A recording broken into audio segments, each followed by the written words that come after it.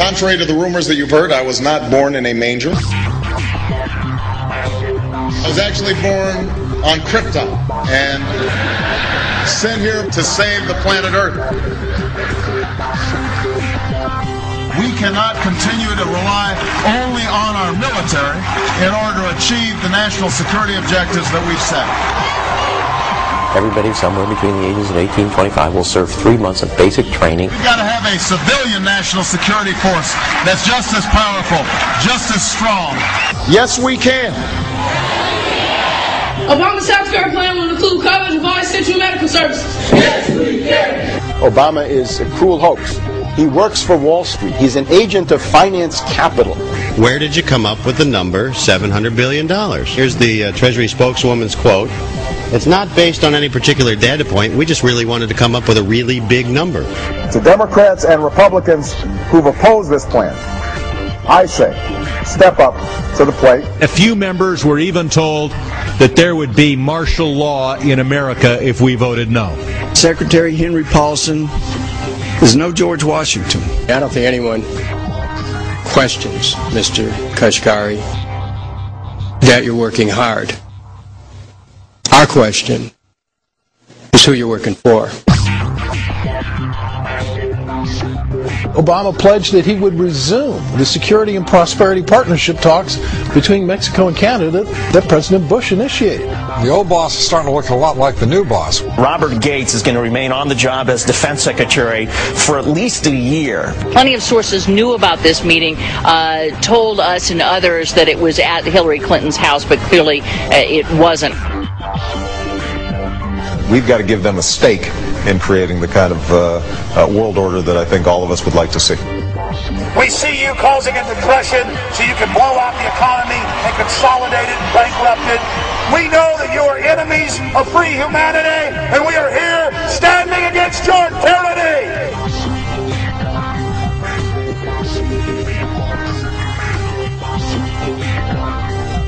The Obama deception. The truth strikes back.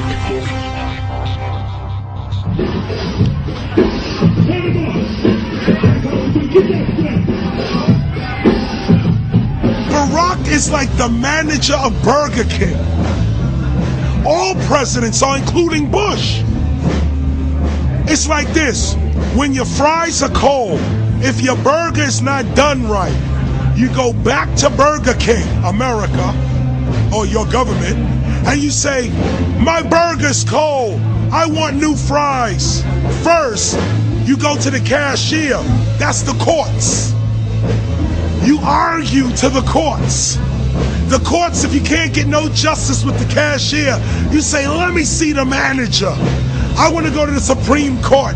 I want to see the president. The manager comes out. Hi, what can I do for you? Now the manager can override the decisions of the cashier, but you never get to see the franchise owner of Burger King. If you really have a problem with your burger, you need to go see the franchise owner. We need to go to the top or to the bottom. We need to go to where the real architecture of government is. And it's not in a president. It's in a global scheme. Politics in America today is identical to pro wrestling.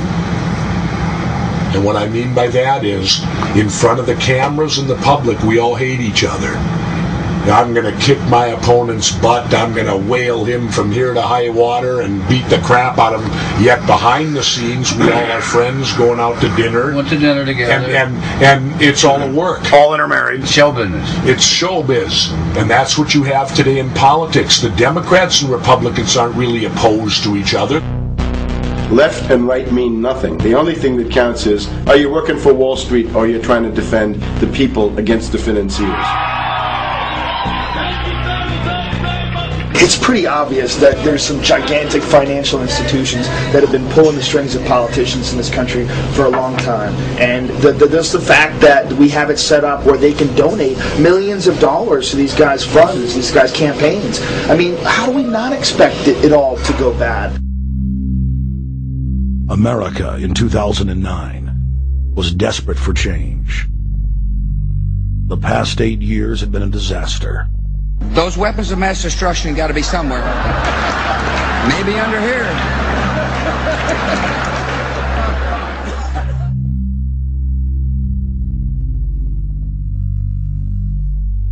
George W. Bush, who had claimed to be a conservative, had tripled the size of the federal government, shredded the Constitution, and destroyed the image of the United States worldwide. Nope, no weapons over there.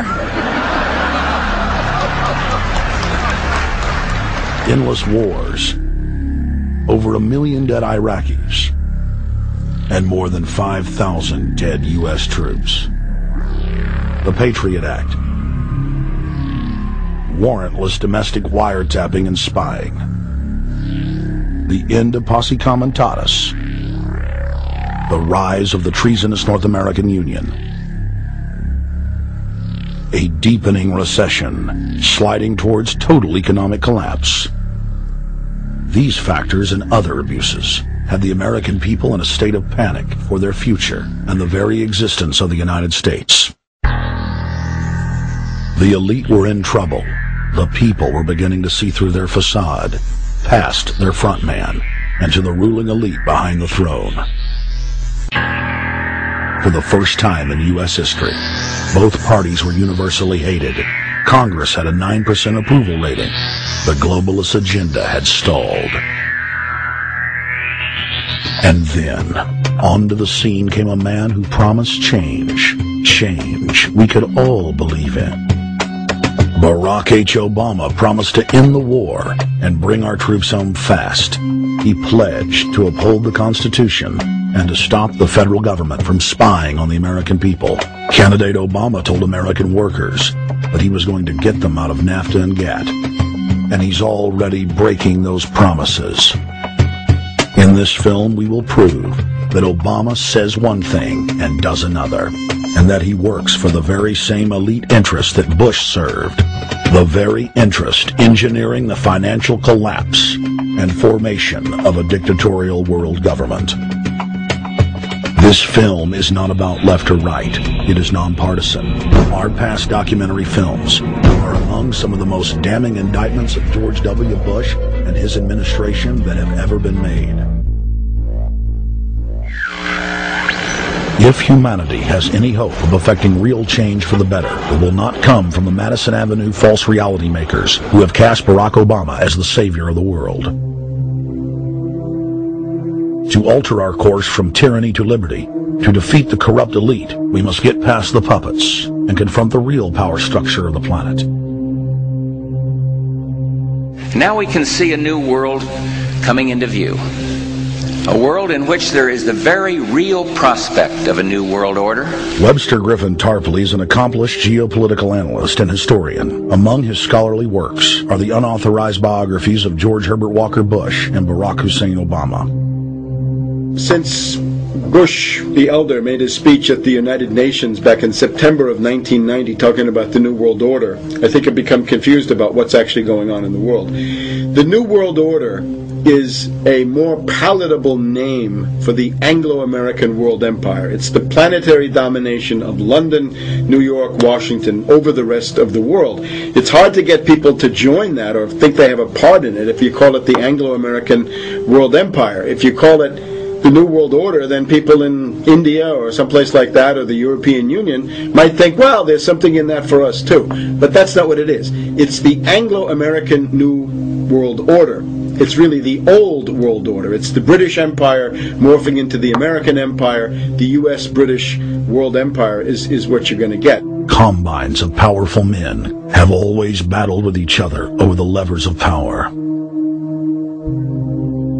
Gerald Celente is recognized as one of the world's foremost trends forecasters and is the founder of the Trends Research Institute.